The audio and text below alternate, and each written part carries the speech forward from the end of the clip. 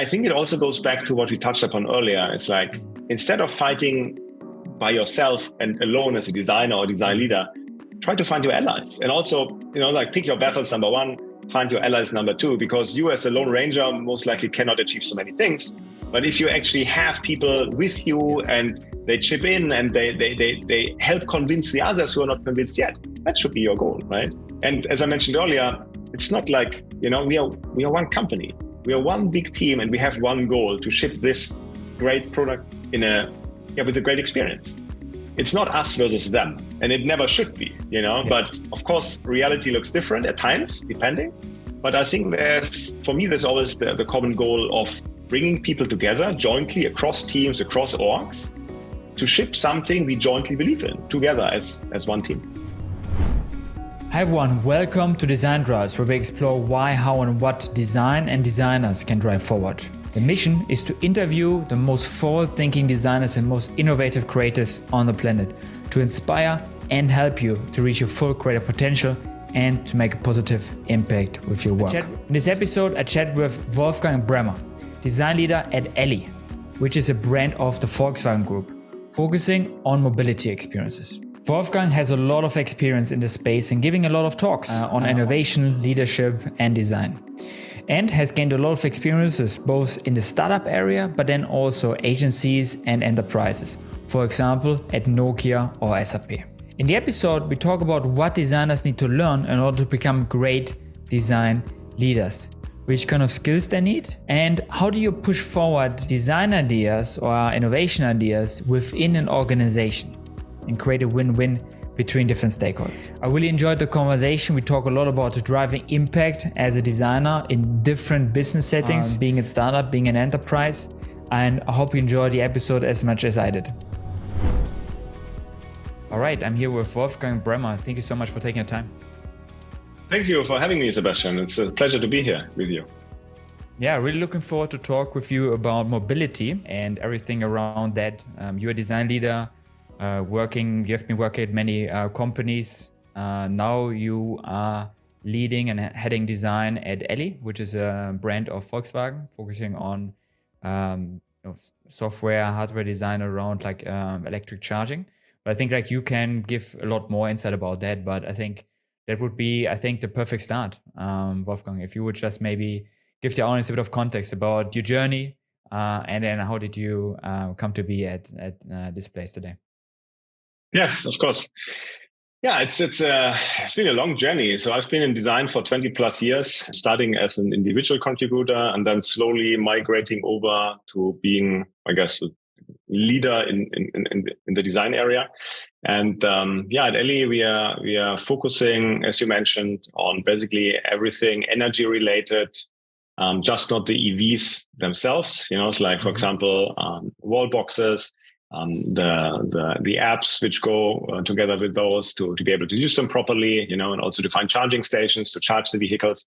And as you mentioned, being part of the Volkswagen Group, there's a lot of Volkswagen Group brands we are working with, and everybody has their own ways of working to a degree and their own wishes and their own plans for the future. And it can be at times be difficult to put everything together into products which work for almost everybody.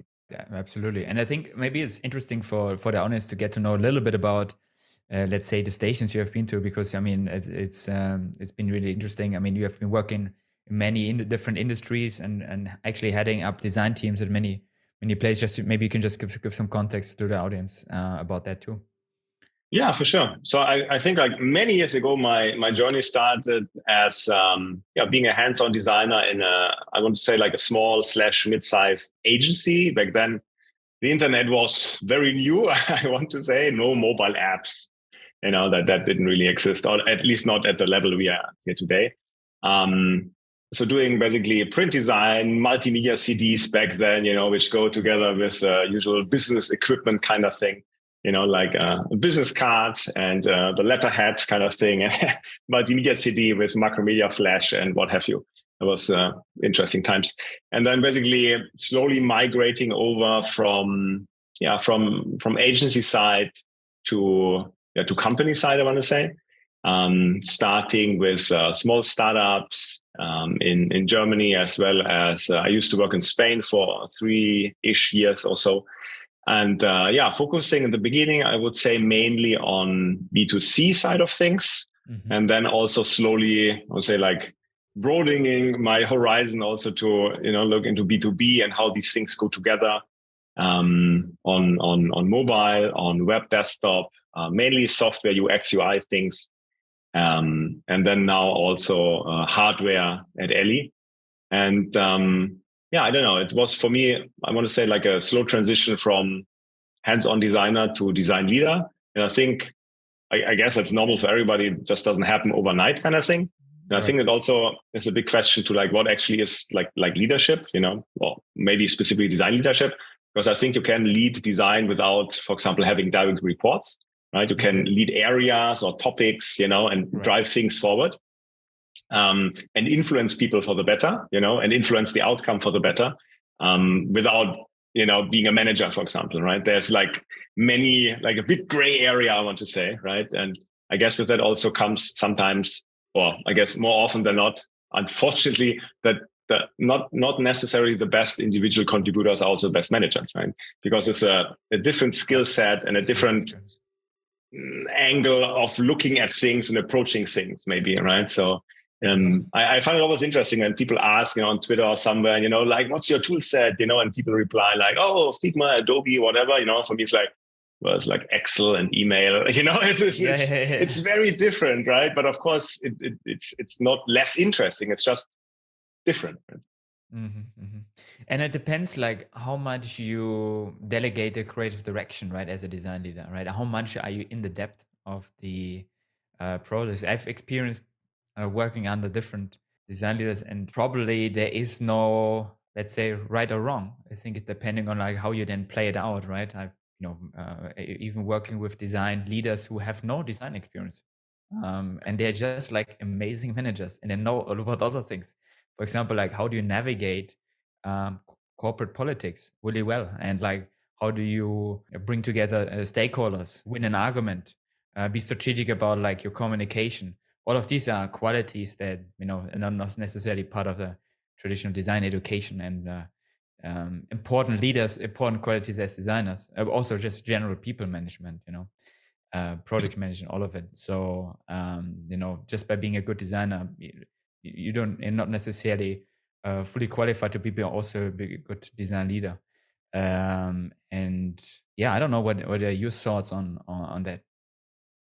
That's totally right, and I think that also applies to individual contributors as well as like managers, because I would say let's say as a designer, as a hands-on designer, let's say you're a really good visual designer, you create beautiful interfaces, wonderful, but if you are not able to communicate properly, and influence stakeholders, like what's the return of investment here, and all these kind of things which actually go into that, right, then this beautiful design will probably not help you by itself, So already there's more than just being good at what you're good at as a designer, like at the core, basically, to make things happen or to move things forward, to convince people, to negotiate, to have these discussions, And of course, the same applies for design managers. It's like, yes, you can be really good in like have a really good background in design, but if you're not a people person, you will probably have problems other people might not have.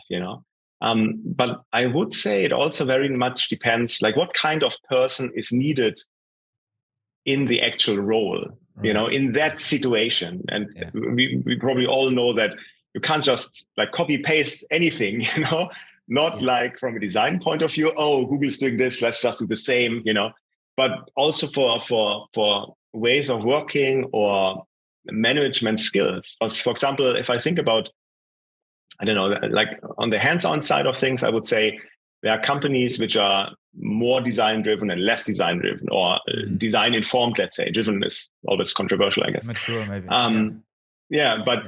So it depends on what setup you are in and what skill set you actually need to be able to be successful in that role. And of course, the same applies for leadership. Sometimes you might be as a leader in situations where the team needs more support or guidance, maybe from a people point of view. How can we become a more functional team? Whereas in other companies, maybe there is more the need of having, as you mentioned, like creative direction. Where do you actually want to go? What, like really from a design point of view, how can we up the game, take the next step? And there's, of course, these are only two examples. There's so many things and shades of gray in between that it's, again, you can't just, apply the one thing to the other. Just like when you become a manager, you cannot just, it's a totally different job. You cannot just say, oh, great. From yesterday to today, I'm now a manager. What you're doing is totally different. You're not like doing the same kind of work plus having the responsibility for people, but it's totally different. Like how can you make sure you actually make those people you're now responsible for successful? That should be a very big portion of your job as a manager.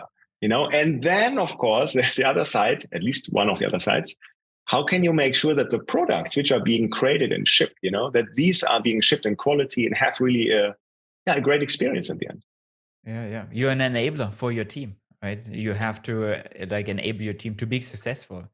Absolutely. As a manager, you where you need to support, right? I mean, like maybe a designer needs to support to get this through, and then supporting the team members on, having them succeed.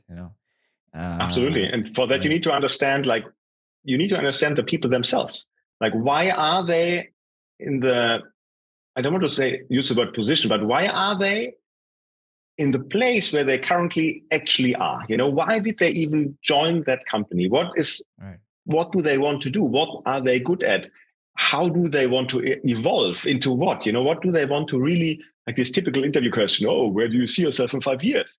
That's actually a very good question, because most managers don't know that of their people, and most people don't know that for themselves, Right. So it's like really planning and seeing how can you, it's also like the, I want to say like the fabric of the team, It's not just like, let's say if a team of 6 people, they're not just 6 people being there. They are obviously working together. They have to complement each other. They have to be able to also support each other, and give feedback and all these kind of things. So everything is like, interweaved, I want to say. 100%. I mean, like it's one of the most important questions. I always ask this, if I have I'm interviewing a new employee or onboarding someone, I'm always trying to understand, like, what is the next version of them they want to evolve into, right? And how can this job or role be a vehicle for that, right? And well, there are always going to be parts that are more coming from the business, that thinks that we have requirements and needs here. So we need, of course, that the profile matches these needs, but at the same time, you're trying to understand the full picture of the person. Maybe there are also sometimes skills that are kind of like almost secondary. Like maybe these are like skills that not actually directly relate to the role, but actually could be a good contribution to the team if you would know about them, for example, certain qualities. Because I mean, there's always, as you said, like the team is like a fabric, because you can assemble it, right? So if you understand a person really wants to develop themselves into in that direction and has a big passion about that, then that maybe you find a way to integrate this into your process, right? And that means like maybe you know that, okay, maybe we need someone else in this. We need to build someone else up in this area, for example, right? People are just gonna be way more motivated if I think you as a design leader listening to these things, right, and trying to understand them, right, and seeing how you can incorporate these. Yeah. With fabric, I actually meant like what they're made out of, the people kind of thing, Right. Because obviously everybody is different and everybody has different qualities. But you're touching on a very important point. It is like a design team is like a little, like a little factory, I want to say, let's not say feature factory. Obviously, no, that should not be the case, because it goes much more obviously into what design does, but as you say, people have to complement each other. They have to be able to work together. And there might be skills also, as you mentioned, like which might be in the background for certain people and they're not actively being used, but they might be really good to actually be used. Like, for example, in the past, depending on which company you work for, negotiation, I think, is a very important part of getting, I won't say anything done, not only as a designer, right? Because, I mean, a company is a group of people and they have different skills, different viewpoints, partially different agendas, right? But overall, let's say in a perfect world, you have the common goal for that company. What do you actually want to do, right? And then you all chip in to create that product which achieves, like that previously set goal. And we all, with our skills and experience from the past, we have to chip in to jointly create that. So obviously we have to complement each other, right? But that also means, because we're human, there will be conflict, right? Oh, my opinion is more important, or I think this is more important, or whatever. And then obviously you have these kind of clashes, air quote clashes. But it's important to be able to navigate these kind of things, right? Because there might be situations where people feel like, I'm just gonna, like, whatever, I'm just gonna give up, because the other person is maybe good at communicating or negotiating or putting their foot down, kind of thing, Mm-hmm. But this is something we as designers, we have to be able to do. We have to, generally, we have to get better at, because we need to be able, when we talk about this famous seat at the table, we need to be able to deserve that spot. And we have to be able to not just do design, but communicate on the same level, understand the business on the same level, and formulate arguments and have discussions on the same level, using the arguments we know from our background, which have an impact on the outcome of these kind of discussions. Right. And I feel, of course, this is like cliche, but like the sort of T-shaped sort of profile, right? I think it's difficult to I think, like, if you want to give someone responsibility, if you have someone that is, really good with in terms of vertical knowledge, like someone that is like amazing at visual design, but like just doesn't know how to communicate the result, then it's very difficult to give that person more responsibility beyond the vertical expertise, but also in terms of just like the overall project or being able to present it. Of course, you don't learn this in university, and it's maybe not the first thing you learn in your job. But at the same time, I feel like sometimes I think designers who understand that, they're just more successful also, right? So if they understand that communication skills are really important, right? Because if you're trying to sell something on that you have been designing for, and you talk to the product team, you use different words, you do different arguments, and this is something that you need to assess. I think there's a lot, for example, that designers can learn from salespeople, for example, right? Absolutely. Because or negotiation, like you said, because if I know how, well, like, let's say you want to make a button from yellow to green, right? Let's say, how do I get this into the product, right?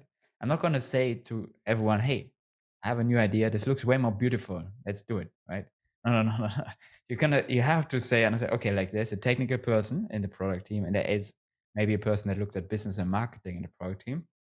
So what are the arguments I have to use in order to get this through, right? And it's going to be maybe different arguments. Well, what is the outcome, the positive effect of that button color change, right? Okay, green. So maybe you test it, or maybe you have some good arguments why green would, for example, lead to better usability or more clicks and maybe less confusion for the user. So maybe, and you're trying to create that win-win, right? With anything, try to create a win that you already know from a design side, from user side, and like the win on the other side. And it's like how you win over people. And of course, the best way is to involve them early. I had as an interesting example. I remember, like, there was a design project, and they wanted to pitch something. As it was actually at BMW, and they wanted to basically pitch it through and convince others to invest in it and to push it through. And like, if you involve, for example, your technical team early in the strategic sort of direction that you're trying to go, or sort of the overall idea, and making sure you are listening to them and they feel like you really listen to them, and you give them opportunity to contribute. One of the ways is, for example, maybe, it should be maybe not even you who presents it. Maybe it should be the CTO or the technical person that presents that design idea, right? Because maybe that person has more say in the process, or that maybe makes your argument even stronger. Because, like, if you are already convinced, right? But if you convince someone else to pitch your idea, that's always a really good that's a really good sign, because then that person really needs to be convinced in order to present it, right? Yeah, I think like this, as you described, this allyship, I think is very important. Like, find allies to be able to, jointly make a case for something, why something should happen. And I guess one way is, like, as you described it, ask somebody else to present it. But then I feel I would almost say, and I would almost use this maybe as a way to grow the people, like, or grow part of the organization, in the sense of, maybe that can happen in the beginning. You ask somebody else to present it, and you are there in the room while it's being presented. But it should probably also switch over to that person actually presenting, and then being backed up by that first person, Right. Because then you slowly make the shift happen, like the shift of, I don't know, like the contribution and the weight of the contribution. And you see that people are actually, standing behind that. Not only the single person standing like by themselves alone in the middle of a room trying to pitch something, Right. but like people chipping in saying yes, from engineering side, for example, or from product side or whatever, or marketing side saying, yeah, that would make things easier for us, or sales side, very important, catering to what people actually want via sales. I think that's a very important part. Specifically in corporates, I mean, like you need to win over other departments. I'm wondering, are there any learnings, like specifically like for you, because you have been working as a design leader for many years, like how do you approach it with projects? Specifically, if you maybe have something that you would really like to do, or something that you think like will be really good from a design side, and something maybe that annoys you around maybe the product or the project you work on. Like, what's your approach towards kind of starting that discussion and maybe convincing the larger organization to back that up? That's a really good question. And I think it's probably, the answer is probably, well, as designers love to say, it depends, right? Right. So I would say I would, as a first step, try to understand why something is the way it is, right? Because obviously I want to make a change to something which exists, like in most cases, I guess, right? Yeah. So I would like to understand first why it is the way it is, it's like technical constraints or time constraints, or usually it's some kind of constraint, right? Whatever. So try to understand, I would suggest, and if there's like reasons for that, try to understand and analyze the reasons.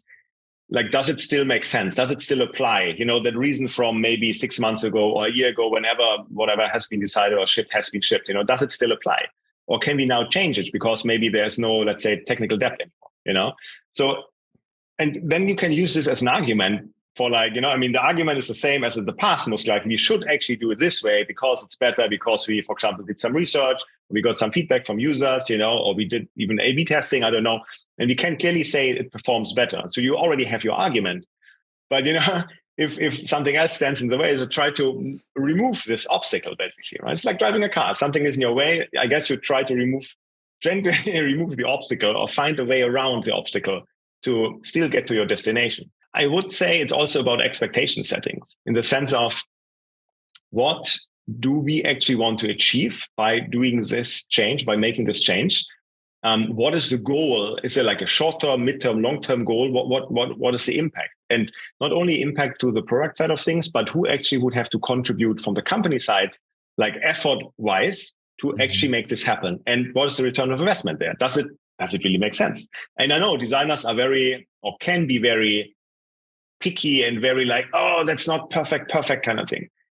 But I mean, sometimes it's really hard to say that, but we also have to remain realistic. Yes, we have an ideal goal where we want to go, but for some situations and for many people, small differences don't make such a big difference. They don't have such a big impact. But of course, it depends, right? It depends what we are talking about. Especially it's about safety and security, of course, highest level, But if it's about, let's say, a shade of this color or this color a little bit, will people actually notice? What is the return of investment? But it really depends. I mean, I think it also goes back to what we touched upon earlier. It's like, instead of fighting by yourself and alone as a designer or design leader, try to find your allies. And also, like, pick your battles, number one, find your allies, number two, because you as a lone ranger most likely cannot achieve so many things. But if you actually have people with you and they chip in and they help convince the others who are not convinced yet, that should be your goal, right? And as I mentioned earlier, it's not like, we are one company. We are one big team, and we have one goal: to ship this great product with a great experience. It's not us versus them, and it never should be, But of course, reality looks different at times, depending. But I think there's always the common goal of bringing people together jointly across teams, across orgs, to ship something we jointly believe in together as one team. It's a team sport, totally right. And yeah, you need the allies because even as a design team, like even if you're multiple people in a design team, you're not gonna get anything through. You need the other people. There's just so much you can control yourself, right? And understanding who is critical in order to, I think, like identifying like who is critical here, not just in the decision process, but then like you said, also the implementation, right? So who's gonna end up actually shipping this for real to the customer, right? Is it the development team? Is it the marketing team? And you want to convince them because the problem sometimes, especially if you're involved early, even if you get like the decision makers and the requirement in, like it could still die out at the end if the implementation people, because they also have a same process, they find arguments like maybe it's not the right thing to do, or reasons why it maybe get pushed into the backlog. So having them involved, I think is really important. I think sometimes this can be even more challenging part, because finding alignment with business and marketing and requirements is sometimes less difficult than it is to find that alignment with maybe the technical side, because of course, like any kind of improvement usually leads to more work on the implementation side. While I think on the sort of the business requirement side, if you have a clear argument why this benefits the customer, then it's obviously how this converts into better business results or more sales, etc.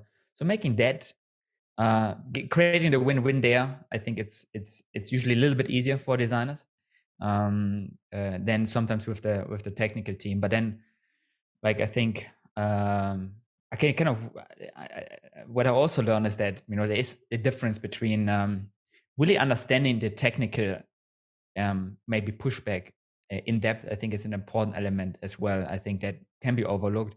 And my feeling is like, if you really work with the developers really hand in hand, and like I think there is very often where the real innovation is, because you inspire them for maybe you're asking a lot of things that are not possible, and they're just like shaking their heads and say like, what a stupid idea. But like there might be but as you do going through this exercise with them and really understanding why it doesn't work, you come up with different proposals that would maybe lead to the same result.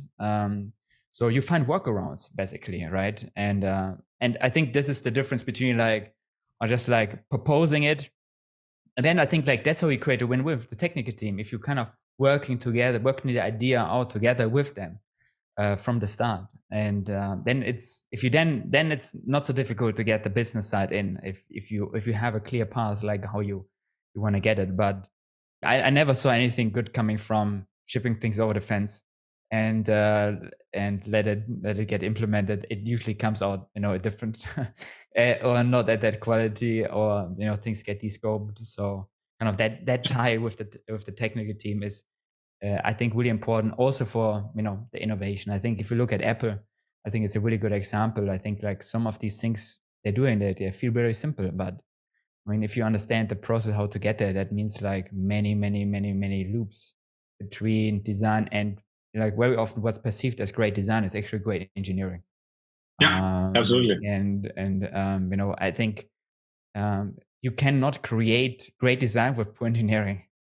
Good design requires outstanding engineering, right? And it goes hand in hand. Absolutely. And I think, as you said, it's super important to involve people early. I mean, that's usually what designers say, oh, please involve us early. But that obviously applies for every other party as well, right? Yeah. So of course, when we design something, we should involve engineering or development early, right? Yeah. And I think like I have like one of my favorite stories is years back when I used to work at Nokia. I was designing something on my computer, big screen, and doing something. And then suddenly somebody behind me shouted, that's never going to work, And it's like, turn around, it was an engineer, It's like, oh, thanks for your input, And instead of being defensive, I was like, please, right. I carried my laptop over. I was like, tell me your opinion. Okay. I want you to be involved. I want to understand why you say that, because it doesn't help anybody if we as designers design something which doesn't make sense from an engineering point of view, or just a different point of view, which we at that moment might not have, Then he explained me, it's like that looks beautiful, but the implementation, sure, it's possible, but it's going to be really hard because of, and then explained to me. And then he suggested also, if you tweak it a little bit like this, it would be like half the time of effort it would need, or even less. It's like, great, because this difference basically makes no difference to the user. Let's do it this way. Great. We are aligned, we agree on this, and let's continue. And I think this goes in all directions, right? Because we all want to, I don't know, we often say we want to have our say, but actually what we want is we want to be able to contribute, that in the end, we ship something which makes sense, And I think this is like the contribution part. I think this is key in everything we do as people working at one company. Right. I'm always trying to, I like the signature example. It's almost like if you come up with any creation, try to get as many signatures on that creation as possible. Right. So like you have as many co-authors, right, in the organization, and this is possible. The smaller the amount of co-authors on the idea, that maybe there's a formula, the less likely it is to succeed or actually go into implementation. And I think you touched on something very important, is that, as designers, sometimes we feel left out on the product requirements and so on.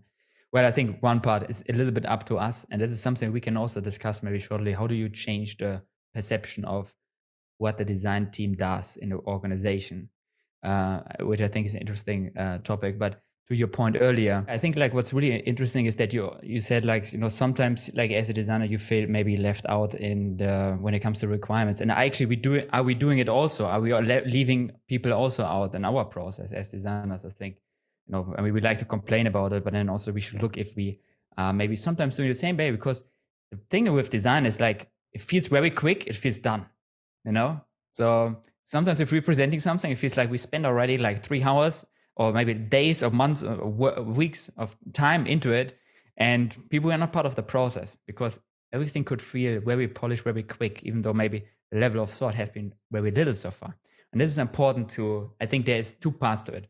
On the one side, I think it's important to involve people as early as possible. On the other side, something that the superpower of design is that we can, because if you're trying to pitch something, if you're trying to get, sometimes you need to ask yourself, do I need permission to experiment that, right? Because maybe you're trying to explain to a PO, I would really like to experiment that, and then a PO gonna say, dear design, we don't have time for it. Please focus on these things, right? But the superpower of design is not in the words. This is what we as designers should get better at, I think.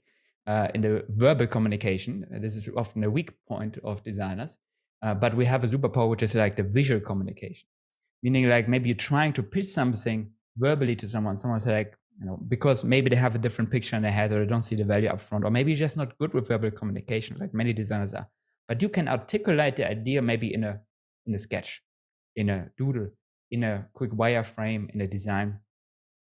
That way, I think, and sometimes that's important to do before asking for permission. But then it's really important, like how you phrase that, right? You say like, let's do it like this, or you say like, hey, this is not done, right? I'm just want to articulate an idea here that I would like to think with you about, right?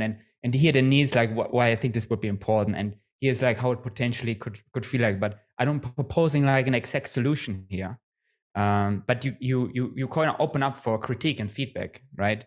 And giving them a stage to contribute a canvas. So all you do is you materialize an idea, but at the same time you make it transparent that this is not a finished thought, right?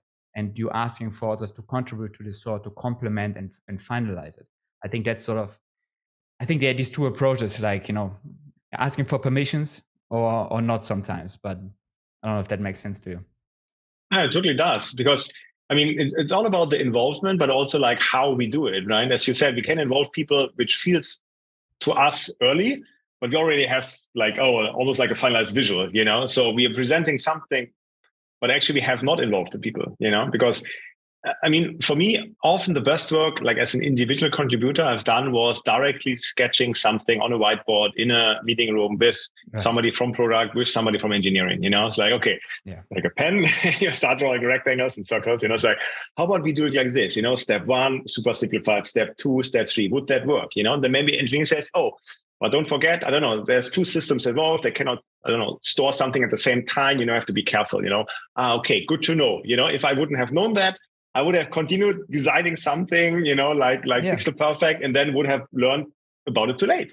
I would have, wasted my own time and everybody else's time by doing that, In that situation, I understand, look, there's an implication there. What does it even mean? How does it even work, And that situation, or in that situation, I can make very quick a change. I can say, oh, great. Okay. So for example, if it's about a profile edit, I can maybe split the areas. You have to click here, edit to create something, click edit here to edit this part, and then save. It saves into different systems.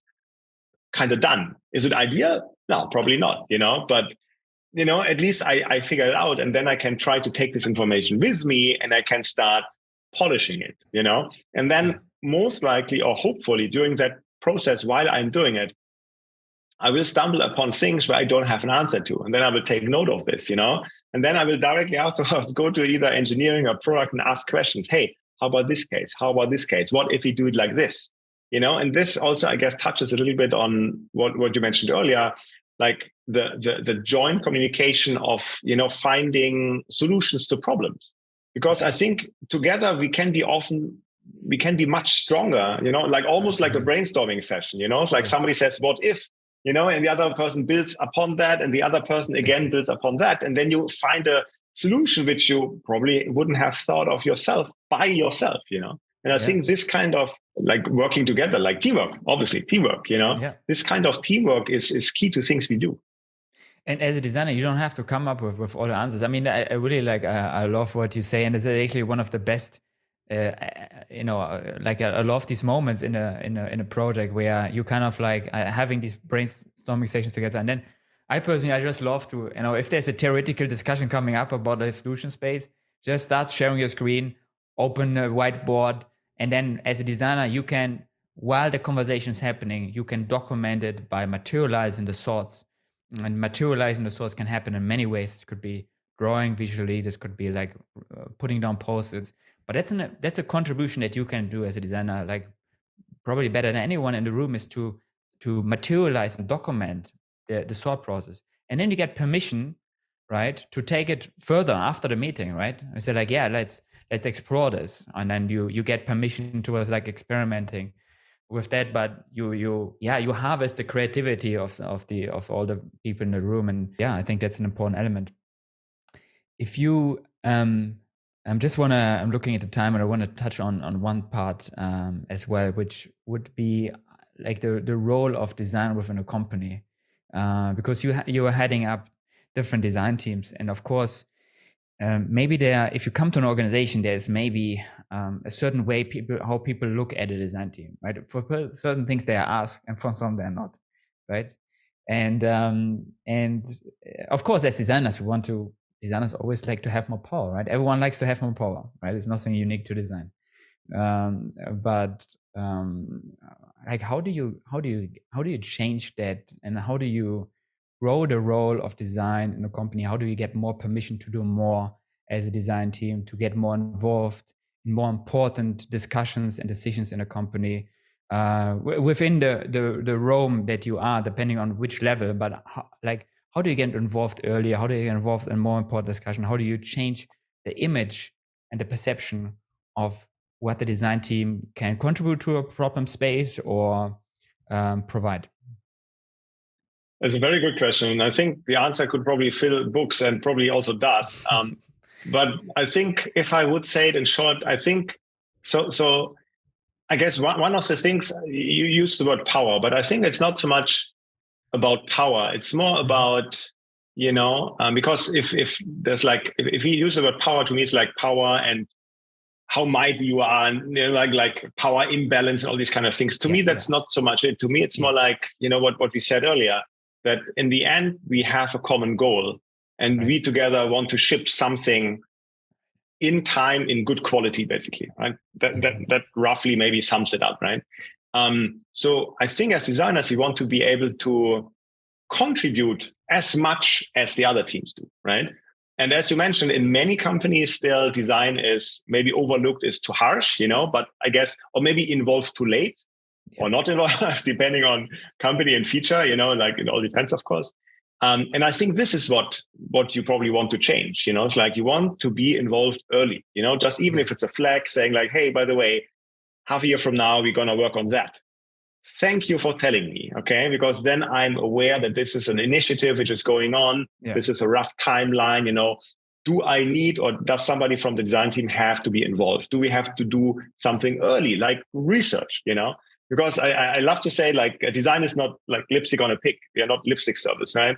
It's like involve design early. And because we as design, which includes research, we want to help you as the product side of things, or let's say the business side of things, to make better decisions sooner so that we can create something which goes to market and actually fits and suits the market, right? Because the users have expectations and we want to meet those expectations. So if we are not involved early and we don't talk to users, we don't understand the market, you're like flying blind, right? Everybody has a gut feeling, and this is what we tend to fall back towards, fall back on to listen to, which is not how it should be done, right? I mean, everybody has an opinion, but it should not be opinion driven. It should be, let's say, data informed and user informed and research informed, And based on these kind of things, like the insights we get and the findings out of those, we bring to the stakeholders and we present and we say, hey, look, this is what we found out. Did you know that 80% of users are actually asking for that? Did you know that 20% of users are hating whatever, doing it like this, Did you know? And all these kind of things.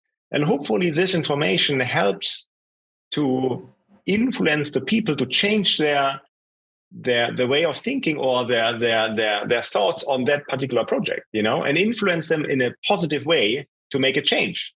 Rather now, before we build everything, then at the end and realize that user tested, it's like, oh, people don't use it because they actually would use it differently. Well, if we would have known before, And I think how to do it depends again, right? I guess high level, I would try within a company to find my allies from design point of view. Like if design does not have a strong enough voice in the company, make a plan how you think that can be changed.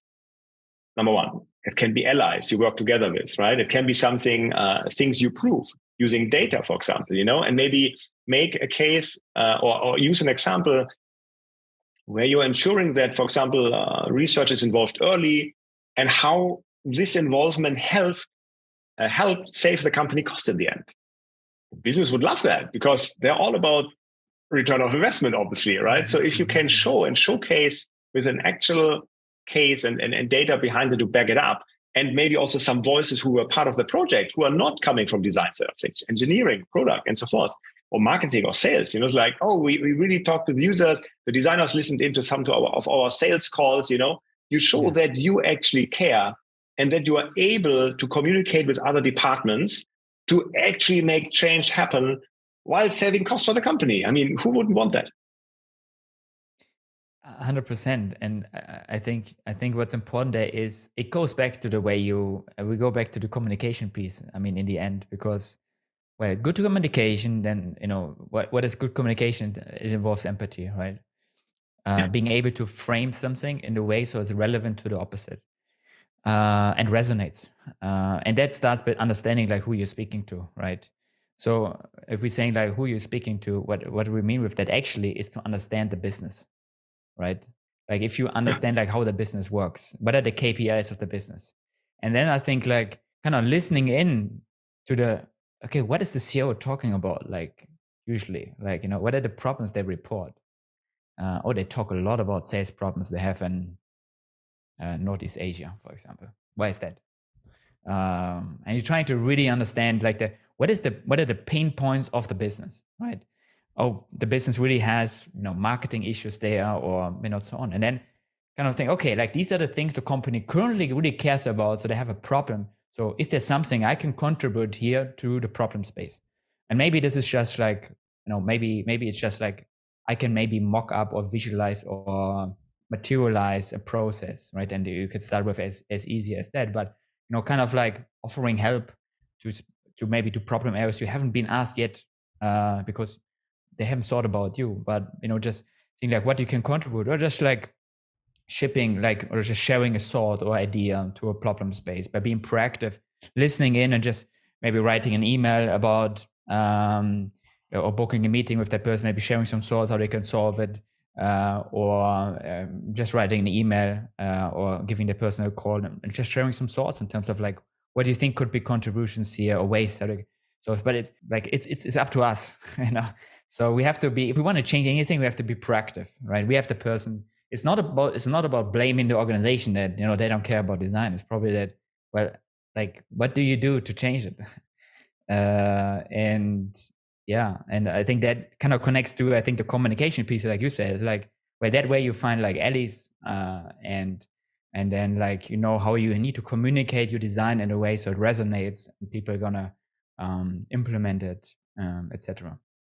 Yeah, exactly. And I think communication is a big term, right? I mean, it encloses a lot of things. And I think it encloses also things we touched about earlier, like negotiation, right? Yes. Presentation, you know, and like communication is all communication, right?